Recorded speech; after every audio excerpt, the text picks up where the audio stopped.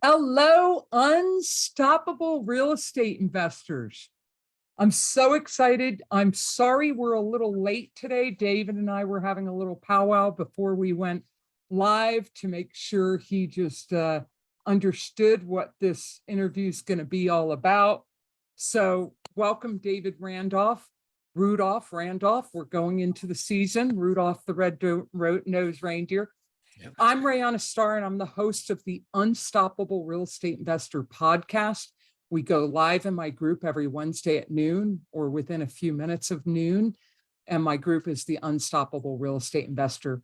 And David is a short sale expert. Now, you guys might have seen me talking to Matt Marinoff, who also is into short sales.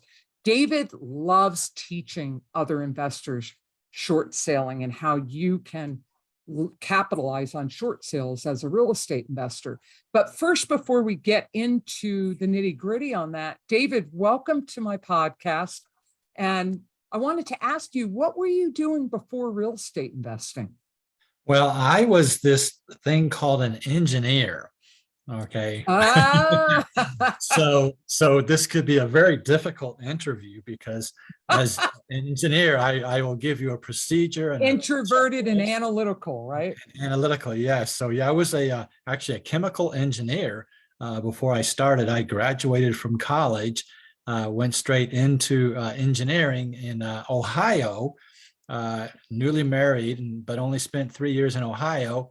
And was able to come back to St. Louis, Missouri with my engineering degree. And that was way back in came back to St. Louis in 1990, graduated in 1986, was in Cleveland, Ohio, did engineering, came back to St. Louis where all my family was with my wife, and then was doing engineering here to the year 2006, where I then left my corporate job and became well, let's put it this way. In 2006, I left my corporate job to homeschool my kids with my wife. There was only one problem with that. You know, they're coming into high school, and as the engineer, right, I can teach math and science.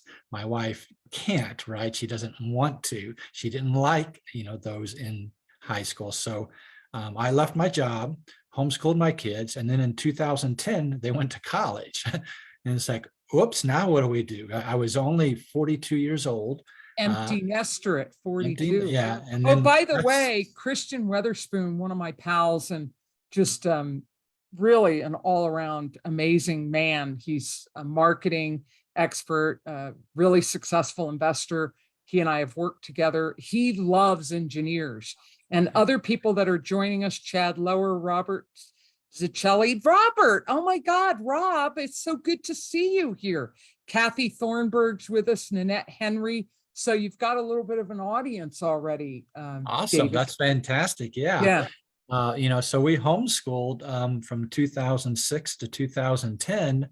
And so then that's when we were like, what do we do now? I was only 46 in 2010, and that's when we learned about real estate. We went to a 3-day real estate conference, and it's like, what is this thing? Actually, it's really funny. I don't know if I can, this could be embarrassing. Was that Fortune Builders?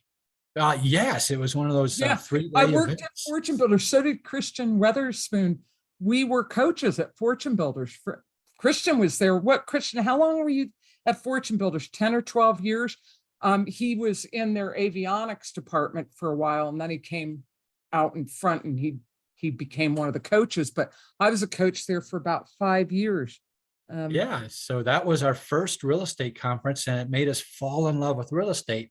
The only problem was, at the time we thought that if you bought a house that you could write it off, and we didn't understand what depreciation was. Okay, that you can't write all of it off. Okay, so we wanted things to be able it's to over time. And but it was too late. Rihanna, we fell in love with real estate before we realized you can't actually depreciate the entire expense. We'd fallen in love with real estate in 2010, and that's basically how I got into real estate. From an engineer straight. So since 2010, you've been in real estate. And what a cool background, though, because I think as an engineer, you've got the right kind of brain processing system as an engineer for it to dovetail nicely into real estate investing, because it attracts a lot of analytical people, because you really do, it's all about the numbers to get in a deal. And it's really getting into the deal is where you make the money, because you've really got to assess and analyze the numbers and be smart about it. And so you've got that going for you. But that was 12 years ago, almost 13 years. So tell us what your journey's been as a real estate investor that you got to this niche that you do of short sale. Sure. Yeah. We had to make a decision when you go into real estate. How are you going to buy houses? Because as you know, as you just said, you make your money when you buy the house. Okay. And so that's a decision you have to make. How are you going to buy houses, and what are you going to do with them once you have them? So in the What's the first exit year strategy? of this, I spent probably $100,000 on education and training to learn about real estate. And so one of the things that we decided was, if we know how to rehab houses, then that was a great skill, because then you can keep it as a rental. You can wholesale it because you know how to do the rehab cost. The other thing we needed to know was, how do we buy the houses? Well, in 2009 and 10, as you recall, that was a great, terrible time in our country with foreclosures. Families were falling apart. The banks were just foreclosing on people left and right. And it was a horrible time. And we thought, how can we go into this business and do something to help people out? And so that's why we decided to use short sale as a method, because you're working directly with the homeowner, helping to keep them out of the foreclosure, letting them stay in the house for many, many more months to be able to have time to move, to save their money up, to go to another place. So we thought, that's great. I don't want to say that it was a ministry for us, but because we were absolutely running it as a business to make money. But, in 2009, we chose to learn how to do short sales to be able to help families out and have our way of acquiring houses. Pause on that, because you went into Fortune Builders, got educated, and Fortune Builders is a really great educational program for the fundamentals of real estate investing, learning the basics. They've got a really great educational system for understanding wholesaling, rehabbing, rentals, how to set up processes and systems around that. But what they don't do is teach more advanced exit strategies and things like that. Like, they don't even touch on short sale. And so how did you make that transition? Because short sale, just for anybody who isn't clear what short sale means, because it's actually a very long real estate transaction to do short sales. So it is not a get rich quick strategy or niche as a real estate investor. You have to really be committed to helping people, because a short sale means that the seller is selling the property for less than that they own on their loan. And so the banks have to sign off on that short sale and agree to take less to settle that loan than what is owed on it. And there's just a lot to a short sale. So tell us, from an investor's point of view, how you do that and how you make money on that, helping them with that. Right. Yeah. And just to kind of be clear also, I'm not a realtor. I'm not an attorney. I'm not an accountant. I'm an Good entrepreneur. disclaimer. Very smart. I am an investor. I'm an entrepreneur. And like I said, I'm not even a realtor. Now, they are very, very important, and I have them on my team. Yeah, especially realtors Okay. that specialize in short sales. Well, no, actually, that part's not true. Okay. I don't No, want it is to, true, David, because well, I've had a short sale before where I had a realtor that really specialized in that. Like, she knew what she was doing. Now, she was a friend of the family, but that was her niche. She was very good at it. Now, it wasn't from an investor point of view, though. It was a long, long time ago, but it can be helpful. But I don't know if that works in a real estate investment transaction so well. So clarify a little bit. Don't make we don't want to make a blanket broadcast that that's not true. There aren't agents that specialize in short sales, because there are, and they can be very helpful. with the traditional seller trying to short sale and an investor isn't involved. Right. Yeah. I was answering in perspective to me as the investor and how I do my Okay. short sales. I am the one doing the negotiation. The realtor that I use in my cases is actually being paid a flat fee and doesn't actually do anything but collect the flat fee. So And good do the example. transactional stuff, Right. the paperwork. Yeah, Yeah. here's a real good example. There's a man named Matt Marinoff who does short sales. He's a very smart person. He's very good at what he does. But what he does is he'll do that short sale for you. Okay, he is that qualified person that you're referring to that can do that for normal people. That's not what I do. I teach differently. I teach the investor to do the short sale themselves, to be the negotiator and the buyer. And that's a niche underneath Matt Marinoff. Matt Marinoff is very smart and can handle that for you if you don't want to do it. However, I make $50,000 to $150,000 profit on each of my houses because I am the negotiator. And so that's what I have learned how to do, is how to be the negotiator myself. If you don't want to do that, then absolutely you must That find is a a realtor that, like awesome. Matt Marinoff who can do that for you. Okay, so I love that distinction of both you because Matt's a buddy of mine. Love He's a Matt. great guy. He's a And great guy. he's providing a niche where, like, look, I'll do it for you. Where you're doing is, if anybody here is curious about short sales, and that's a niche you want to master, and you want to master as much of it as possible so you control that process as much as possible, this is another alternative for you, is working with David, because he's actually getting you in there and training you on how to actually do all of that yourself. If you don't want to, like, you're someone like me, I don't want to do all that. I would be better off with someone like Matt. So it's nice to have the alternative, but I love how you are carving out your niche, respecting Matt, but also saying, here's how we're different, because there is a place for each of you. Continue. I love this, David. Yeah. People that don't want to learn the process from me, I send them to Matt. Okay, basically. And so, Yeah, they're like, that would be me. You're like, no, I oh, don't want to get no, bogged down. it's 90% of the people, really. Right. Okay. But however, the other 10% who go, whoa, wait a minute, $150,000 profit.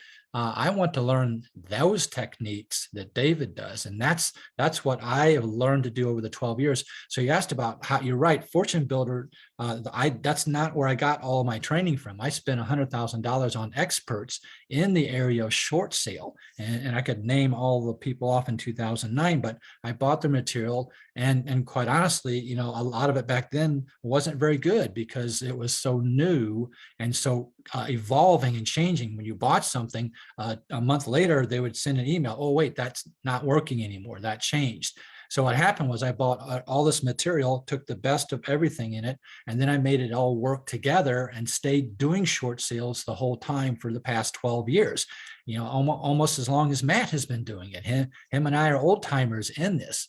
12 years solid. No one, him and I, we never got the memo to quit doing short sales. Okay. So in 2009 and 10, all the way up to like 2012 and 13, everybody was doing them, but then they stopped doing them. And then I didn't get the memo. I kept helping families out. I kept making more and more money doing the short sales. So to answer your question from earlier, I bought material from other people and then developed my own system as that engineer, writing checklists and procedures, even audio recordings with the banks and the homeowners, and getting everything set up much, much better, to run my business, my business as a whole. All right, pause there. Love this. Love the details, and I love what you're saying. So some of you might be sitting out there right now wondering, wait, and it's kind of like when you get into sub 2 with Pace Morby and you get into creative financing, how am I making money if there's no equity? So how are you making $100,000 to $150,000 per short sale when you're having to negotiate with a bank to take less than is owned on the loan, meaning not only is there no equity, it's negative equity. and you're making 100 to 150,000 per short sale. So tell us your secret. Yeah, well, the secret would take a long time to say, Just and but and as an engineer, I know you would want to give us step A, B, C. So just Right. if you can, just Sure.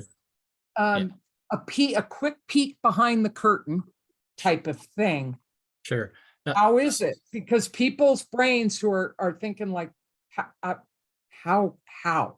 can you do that? Yeah, so let's look at the perspective of what the bank is looking at. Remember, it's the bank, as you said, who is accepting uh, less on the loan that is owed. They're accepting less than what is owed to them. So why are they doing that? So let's look at that secret behind that secret behind it. Part of it is that, they are looking at the fact that they have a non-performing note. Their loan is not Right. performing, they're missing payments. So in our, fiat world of currency, there's like a 15-to-1 ratio. So as an example, if the bank is owed $100,000 on the home loan, and it's not performing, they have to take $1.5 million off of their books, and they can't loan it out. They can't do anything. And so what happens is they would much rather take $50,000 for that $100,000 loan, because then they can turn around and lend out $750,000 at these really, really high mortgage rates we have right now. They would love to be able to lend money out at 7.5%, interest rate. And so they can't do that. So they're looking at, how can I get rid of this loan? How can I get it off my books? Now, it's even worse than that. If they get too many of the non-performing loans, the FDIC shuts them down. Okay, and so they don't want to get shut down and their collateral sent out to everybody, to all the other banks through the FDIC. So they have a completely different motivation for accepting a low offer on the property with it. And so now, is it, of course, based on some type of value? Yes, it is. But every single one of those banks will accept a percentage less than what it's appraised for. Okay. And so there's a multitude of things behind the scenes, that they'll do. Like we'll do one little trade secret here. Okay. Hopefully we won't get shut down by the government, but FHA. So write this down. FHA will, on an FHA short sale, they will accept 88% of the appraised value. Okay. Right now, if you knew what the appraised value was, they will accept 88%. So why don't you offer 88.01%, and you can get your offer accepted by the bank. That's a little trick. Okay. So there's a lot of little secrets like that on how you do that. Now, another, big one, like here's a good example. We talk about sub 2, and sub 2 is a big field right now because of the fact that you've got people with very low mortgage rates, right? So 3.5%, 4%, and then you've got current interest rates at 7.5%. So homeowners and even investors don't really want to take a new loan out right now to buy a house because it's 7.5%. If you can do sub 2, okay, which I'm sure you probably had people speaking on sub 2 with it, but sub 2 is where you're buying the house subject to the existing loan. If that existing loan's 3.5%, that may sound like a really great thing to do, and it is, especially if there's a little bit of equity in the house. Well, here's kind of the thing that I look at is that, well, wait a minute, you can do that, but what if you could do something instead? What if instead of taking over subject to that loan that maybe has a little bit of equity, what if you could negotiate with the bank to reduce that loan so low that you would rather just pay cash and get rid of the loan? So a good example is a house that I did where they were owed $206,000 on the loan, started the short sale negotiation process with the bank. Their first thing they came back with was, we'll take $196,000. Okay. So a little bit of a discount, but when you go through the But not rest, substantially enough. right, yeah, nothing to get excited about. And would a lot of sub 2 people like to do that? Sure, they might certainly do that because the tenant or the buyer is kind of paying for your mortgage, and that is building long-term wealth. But instead, on that deal, what I did was through the negotiation process, lots of a string of secrets in that, how that works, but in that negotiation process, I got the bank to send me an approval letter that required me, that said if I wanted to buy this house, that I would have to pay $29,600 for that house. Okay, that's what happens in a short sale. You can flip the bank from wanting 196 to $29,600 in public records. Everything I say is in public records. And that's what the short sale does, is because in that dispute process, what is the actual true value of that home, in combination with the fact that the bank wants to get rid of the loan also, and they can't sell the home themselves, that they're waiting for an offer from you. So all that combines into the bank having a decision that they make to get rid of that loan. And so that's what the short sale process lets the investor be able to do. All right, so Christian Weatherspoon has a question for you. Is the 88% that the bank will accept on a short sale for the FHA loan in default calculated with the fees? It's net. Yes, exactly. So It's you've got net. to pay your realtor commission, your title company closing fees, and other things like that. The 88% includes all of that. It's Yes, it's net. a net to the bank, your net All number right. to the bank. Yeah. It's great. Yep. Yeah. All right, what else? Boom, thanks, Christian. Christian, you're like one of my best podcast fans. Now let's hope the FHA doesn't And you shut know, us down. Christian, though. you guys got to also look at Christian, because he is like the bomb. Him and his partner, Chris Steele, know their stuff, and they've started doing their podcasts. And Christian is like the ultimate professional, really knows his stuff, especially regarding marketing. And he's always on my podcast, always adding value. He's just that kind of a guy. So what else do you want us to know, David, about like short selling as a niche as a real estate investor? Yeah, well, I guess let me give you my background of who and what I am. I always, I'm interviewed on a lot of podcasts, and I love teaching short sales to other people. I love these conversations and sharing, but I always kind of want to say, okay, what am I? On these networking events, we have a lot of people that are syndicators. We got a lot of people that are big companies. I just want to let people know I'm a regular person. Okay, so my background, my 90-second intro that we would do, remember back when we had, REIA meetings, real estate group meetings in your local city, right? Back when we had those kind of thing, I would go to those networking meetings, and my, 60-second, intro thing was, hi, my name's David Randolph. I rehab about 5 to 10 houses a year. So I'm a rehabber, and I rehab about 5 to 10 houses a year. One of my claims to fame, though, is that all my renovated houses that I've listed on the MLS, for sale under 265,000, all those houses have sold in 7 days or less at list price or higher for 12 years. So for 12 years, all of my houses have sold in 7 days or less. So they're drop dead gorgeous. So I really like rehabbing. I'm a rehabber. Now I do cheat, okay? And the way I cheat is what we've already talked about, is I'm making $50,000 to $150,000 profit on $250,000 houses. I'm in St. Louis. I'm not in California. So I'm doing this by short sale, which is our topic, and the negotiation process.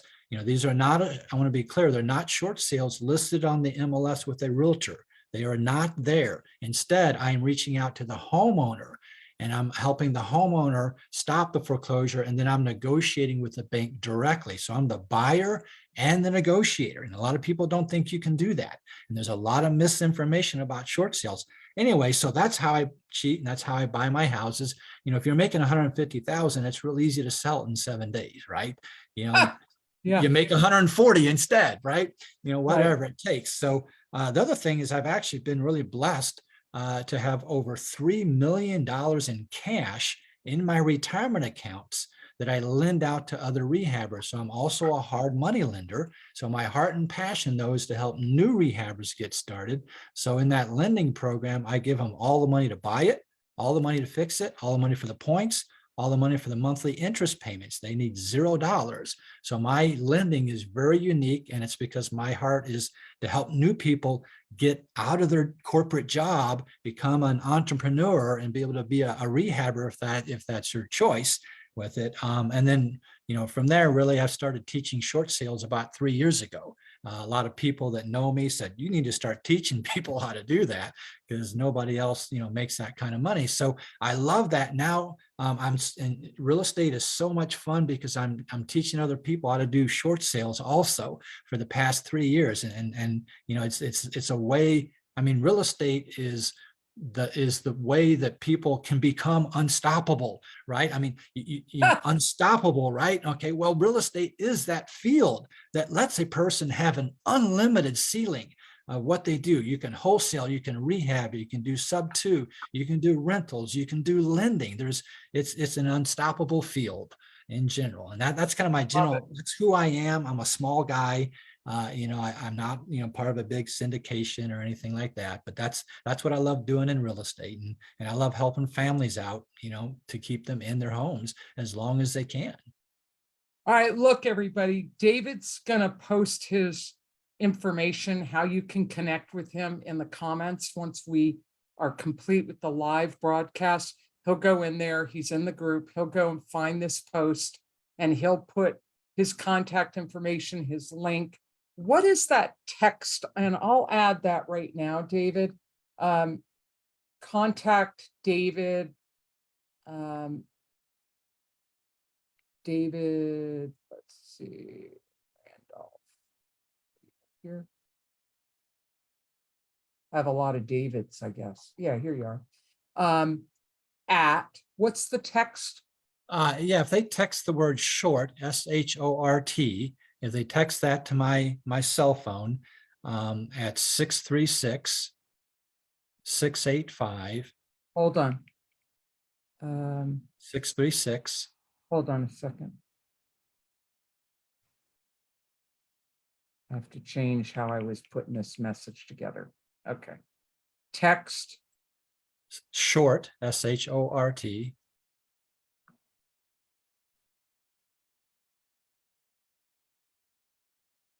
Okay, got it.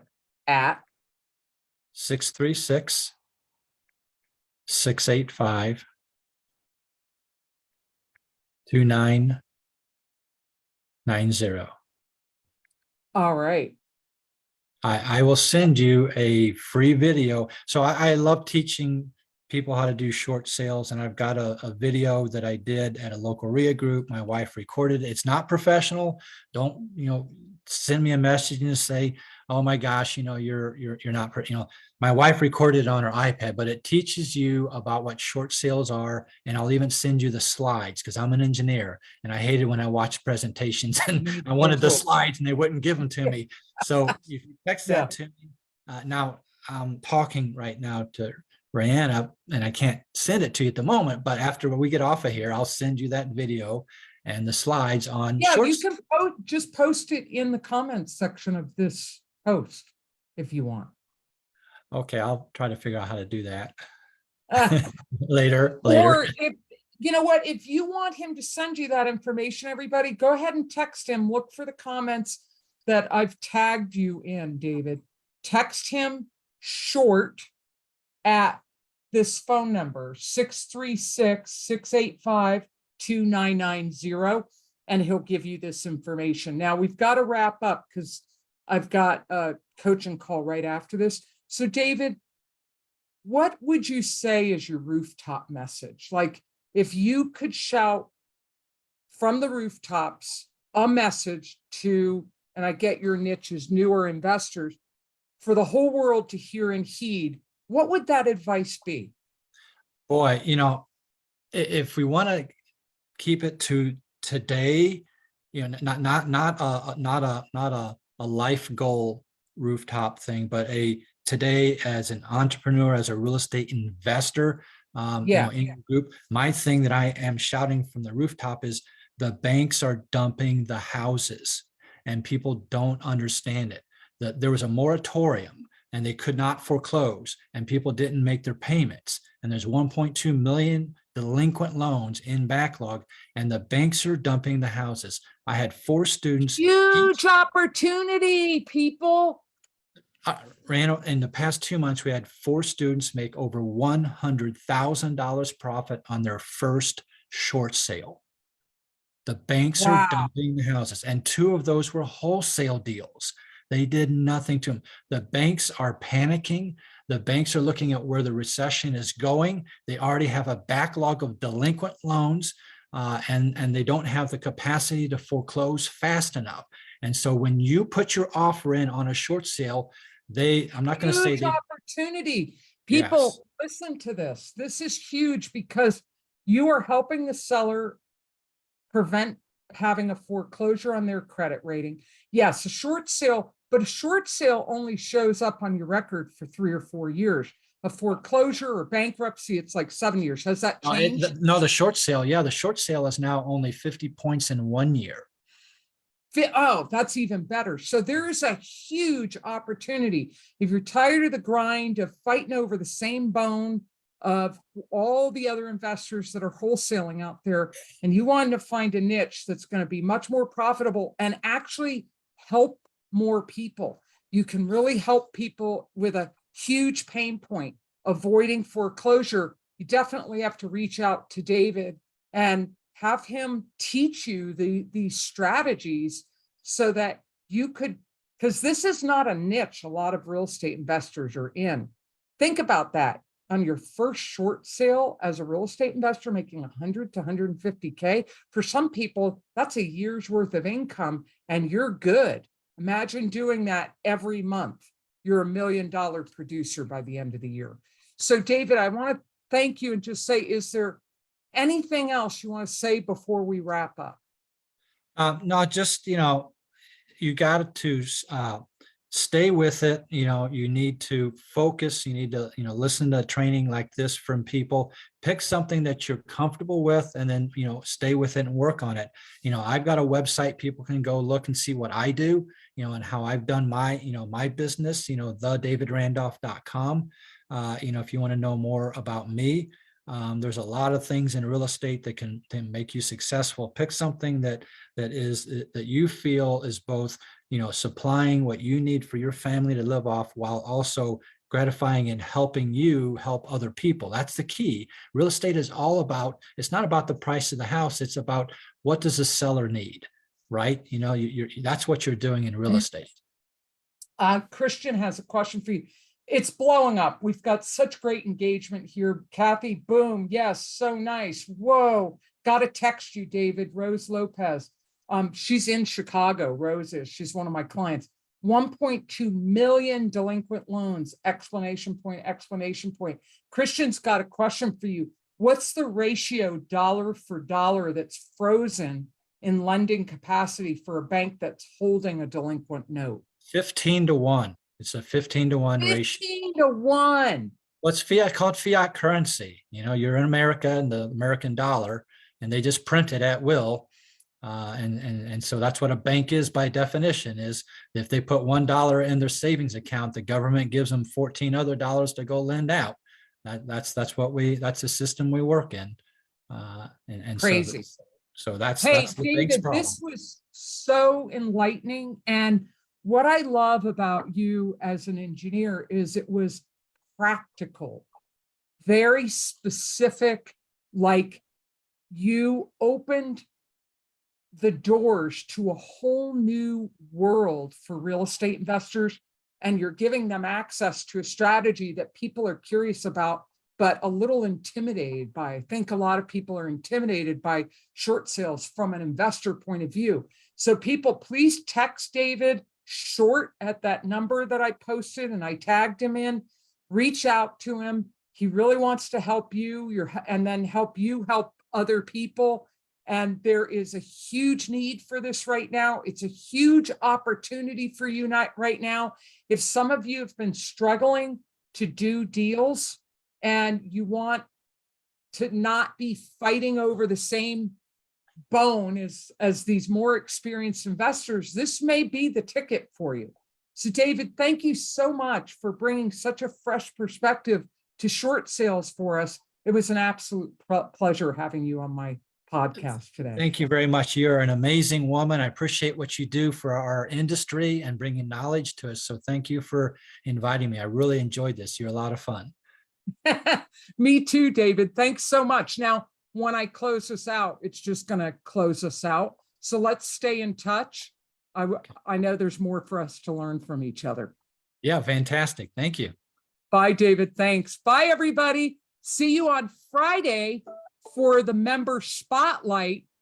And we have a real treat on Friday. Scott Jenkins is a client and a friend of mine. He is a wholesaler that's syndicated. He is on the Friday because he's a member spotlight, but he could actually be on the Wednesday podcast as a top 5%er because he's doing it. But we wanted to get him in it sooner rather than later. And he is my brother from another mother. So Scott and I will probably use up the entire hour on Friday. And if you want to really learn how to really all the nuts and bolts, and I know some of you on this podcast right now are fans of Scott's, please join us. And David, thank you so much for sharing your experience, your wisdom. I know there's going to be lots of people reaching out to you. Don't forget my affiliate commission. I don't think I'm even set up with you as an affiliate. Anyway, everybody, thanks again for joining us. Tell everybody you know about these podcasts if you're getting value out of them. Happy holidays, everybody. I'll see you on Friday. And Yep, have a remember, great take Christmas. action. No excuses, just results. Go ahead. What do you want to say, I David? say have a very good holiday season. Happy holidays. Bye, everybody. Goodbye.